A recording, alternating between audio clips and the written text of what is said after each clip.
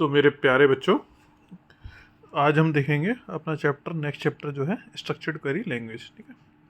और आपकी 22 तारीख से मैं डेली आपकी लाइव क्लास भी लूँगा, वो पूरा स्टार्टिंग कर दी मैंने उसके लिए। तो इस चैप्टर में जो देखते हैं हम स्ट्रक्चर्ड क्वेरी लैंग्वेज में, पेपर में से पहले जो चैप्टर बताया था वो था डेटा, और इससे नेक्स्ट चैप्टर आपका डेटाबेस था। अब डेटाबेस में आप कैसे काम करोगे वो आता है मोस्टली स्ट्रक्चर्ड क्वेरी लैंग्वेज या फिर एसक्यूएल के थ्रू। ठीक है। तो रिलेशनल डेटाबेस मैनेजमेंट सिस्टम इससे पहले वाले चैप्टर हम देख चुके हैं। और आरडीबीएस बड़े सारे हो सकते हैं, माई एसक्यूएल है, माइक्रोसॉफ्ट एसक्यूएल सर्वर है, पोस्ट की एसक्यूएल है, ओरेकल है, ईटीसी है, आजकल मैंगो डीबी वगैरह भी चला हुआ है जो मोबाइल एप्लीकेशन बहुत ज़्यादा आपको काम आता है। ये चैप्टर स्ट्रक्चर्ड क्वेरी लैंग्वेज का, इसमें पेपर में क्वेश्चन भी काफ़ी आते हैं, बहुत ईजी क्वेश्चन आते हैं जो आप देखोगे इन्हें। तो उसके जो हम सपोज टू हमने कोई प्रोग्राम यहाँ पे लिख लिया, तो प्रोग्राम लिखने के बाद उसका डेटा आप कैसे एक्सेस करोगे, आपने डेटाबेस बनाना, डेटाबेस एक्सेस करने के लिए आप कैसे डेटाबेस एक्सेस करोगे। तो ये क्या है आपका डेटाबेस मैनेजमेंट सिस्टम का जो नेक्स्ट है आपका स्ट्रक्चर्ड क्वेरी लैंग्वेज है आपका। ठीक है। तो इसमें कुछ नहीं करना आपको, जैसे आप एपीके वगैरह इंस्टॉल करते हो, इंस्टॉलिंग माई एसक्यूएल है, माई एसक्यूएल फ्री वर्जन है, कम्प्लीटली फ्री है। तो आप इंटरनेट पे जाओगे, अपने विंडो में इंस्टॉल करोगे और नेक्स्ट नेक्स्ट नेक्स्ट करते चले जाना, आपको माई एसक्यूएल इसमें इंस्टॉल आपकी हो जाएगी। तो एसक्यूएल की हमारी केस इनसेंसिटिव है, अगर आप चाहे सैलरी को चाहे छोटा कर दो चाहे बड़ा कर दो, आपकी वो सैलरी रहेगी। जबकि पाइथन का आपकी केस सेंसिटिव है। ठीक है। अगर आप एज लोगे, एज अगर आप स्मॉल या कैपिटल, या आपको कोई ध्यान रखने की जरूरत नहीं है, आपका दोनों वो काम करेगी आपका। ठीक है। और अगर आपको एक से ज़्यादा लाइन की स्टेटमेंट हो तो ये डैश प्लस ग्रेटर देन आपको यूज करना पड़ेगा, और इसमें आप एक एक लाइन नेक्स्ट लाइन आपकी आती चली जाएगी। तो इसके बाद डेटा टाइप्स क्या हैं, देखो सबसे पहले इसमें जो आपका कैरेक्टर है, और आपको कुछ भी कैरेक्टर टाइप में लेना है तो उसके बाद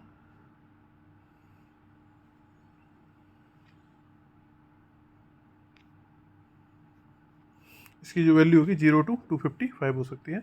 कोई भी कैरेक्टर टाइप की ऐसी वैल्यू जो आपकी 250-55 कैरेक्टर तक की हो सकती है।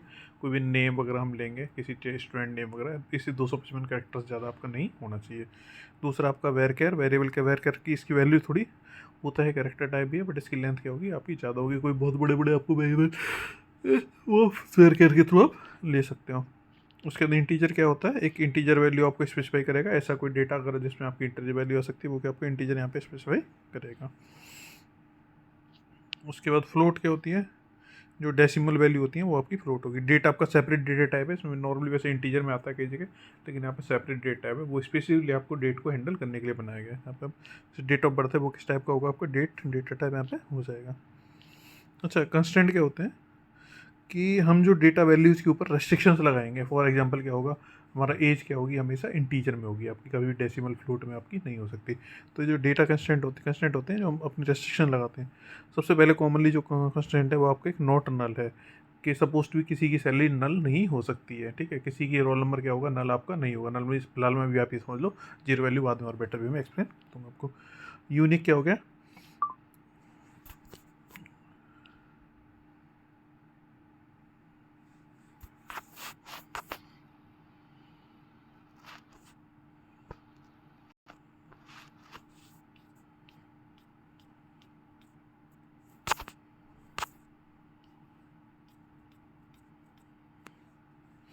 तो यूनिक क्या हो गया कि हर एक कॉलम में जो सारी सारी वैल्यू क्या होनी चाहिए, यूनिक होनी चाहिए, कोई वैल्यू आपकी रिपीट नहीं होनी चाहिए।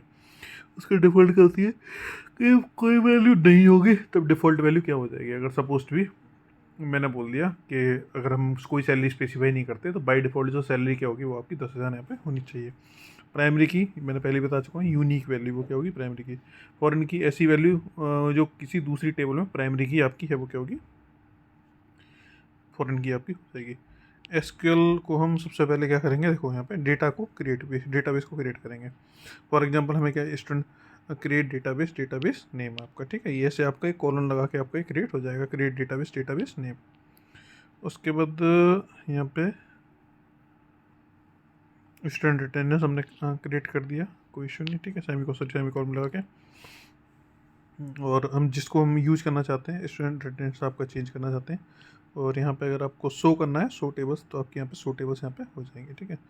आपको स्टूडेंट अटेंडेंस हम बनाएंगे, अभी एक डेटाबेस बनाएंगे स्टूडेंट अटेंडेंस में, अभी कोई टेबल नहीं है, टेबल आप आगे बनाना चालू करोगे, शो टेबल्स करोगे तो यहाँ पर भी एक एम्प्टी सेट आपको। तो सबसे पहले क्रिएट टेबल करते हैं, सिंटैक्स क्या होगी, क्रिएट टेबल, टेबल नेम, उसके बाद एट्रीब्यूट 1 डेटा टाइप और कंस्टेंट हो जाएगा, attribute 2 data type constant, attribute n data type and constant आप लगा सकते हो। तो जैसे आपकी उसके बाद एक एग्जांपल क्रिएट करेंगे अभी आपका। तो सबसे पहले जो है ना, देखो यहाँ पे अगर हमने जो पहले भी जो 3 टेबल लेके चले हैं हम यहाँ पे, सबसे पहले हमारी जो टेबल बनेगा आपका रोल नंबर है, ये क्या होगा आपका इंटीजर टाइप होगा, ये हमने प्राइमरी की बना दी। उसके बाद स्टूडेंट नेम क्या होगा आपका 20 करेक्टर से ज़्यादा नहीं होगा, वेर 20 हो गया, ये हमारी नल नहीं हो सकती। उसके बाद आपका डेट ऑफ बर्थ है, ये क्या आपकी डेट वैल्यू हो जाएगी, ये क्या होगी आपकी नॉट नल हो जाएगी। जो गार्जियन आई डी वो पहले भी ले चुके हैं, पहले क्या होगा आपका गार्जियन आई डी 12 करेक्टर की है, और ये क्या होगी आपकी फॉरेन की हो जाएगी, क्योंकि दूसरी टेबल में हमारी ऑलरेडी आ रही है, ठीक है। और उसके बाद गार्जियन आईडी को जैसे हमने लिया, तो गार्जियन आईडी को लेने के बाद ये देखो आप इसमें ये क्या हो जाएगी, इसकी प्राइमरी की हो जाएगी, और ये आपकी बैर का 12 करेक्टर से ज़्यादा नहीं हो सकती आपका। उसके बाद गार्जियन नेम हमने लिया, इसकी क्या हो जाएगी आपकी मैक्सिमम लेंथ, जो कि 20 करेक्टर की वेर केयर हमने आप ले लिया, ये नल आपका नहीं होगा। उसके बाद गार्जियन का फ़ोन नंबर ले लिया, न्यूमरिक वैल्यू होगी आपकी 10 डिजिट्स की होगी उसका, ठीक है। और इसमें कैट 10 ले लिया हमने, नॉल और यूनिक कर दिया आपका, ठीक है। उसके बाद नेक्स्ट आ गया आपका गार्जियन का एड्रेस आ गया, इसमें क्या होगा आपका कि जो स्ट्रिंग है वो आपकी 30 करेक्टर की होगी मैक्सिमम, वेर कैट 30 हो गया, और ये नल आपकी नहीं होगी, ठीक है। उसके बाद हमने तीसरी टेबल ली, अटेंडेंस ली, अटेंडेंस सबसे पहले अटेंडेंस डेट होगी, इसका जो टाइप हो गया वो क्या हो गया डेट हो जाएगा। उसके बाद रोल नंबर क्या हो गया, ये क्या होगी न्यूमरिक होगी, अटेंडेंस टाइप होगी आपकी पी और एब्सेंट होगी। तो देखो इसका डेट हो गया, इसका इंटीजर हो गया, करेक्टर ये 1 होगा, या तो पी होगा या फिर होगा, ठीक है। उसके बाद क्रिएट टेबल स्टूडेंट करते हैं, माई स्केल क्या हो गया create table student, roll number integer, उसके बाद स्टूडेंट नेम का वेर कैट 20 हो गया, स्टूडेंट की डेट ऑफ बर्थ आपकी डेट टाइप होगी यहाँ आपकी। देखो सबसे पहले हमने स्टूडेंट की टेबल क्रिएट करी, और एट क्रिएट टेबल स्टूडेंट होगी, ब्रैकेट में लिखना चालू किया, नेक्स्ट लाइन से आपका ग्रेटर देन ये डैश आ जाएगा, रोल नंबर हमारा इंटीजर टाइप हो जाएगा, स्टूडेंट नेम क्या हो जाएगा वेर कैट 20 हो गया, और स्टूडेंट की डेट ऑफ बर्थ क्या होगी हमारी डेट होगी, गार्जियन आईडी क्या होगी आपकी कैरेक्टर होगी 12 की, प्राइमरी की क्या होगी आपकी रोल नंबर होगी। उसके बाद क्या होगी यहाँ पे डिस्क्राइब टेबल, जैसे आप डिस्क्राइब स्टूडेंट करोगे, देखो ये कितना अच्छी चीज़ है, ये अब कमांड है आपके डिस्क्राइब टेबल नेम, डिस्क्राइब जैसे आप टेबल नेम करोगे तो क्या हो जाएगा यहाँ पे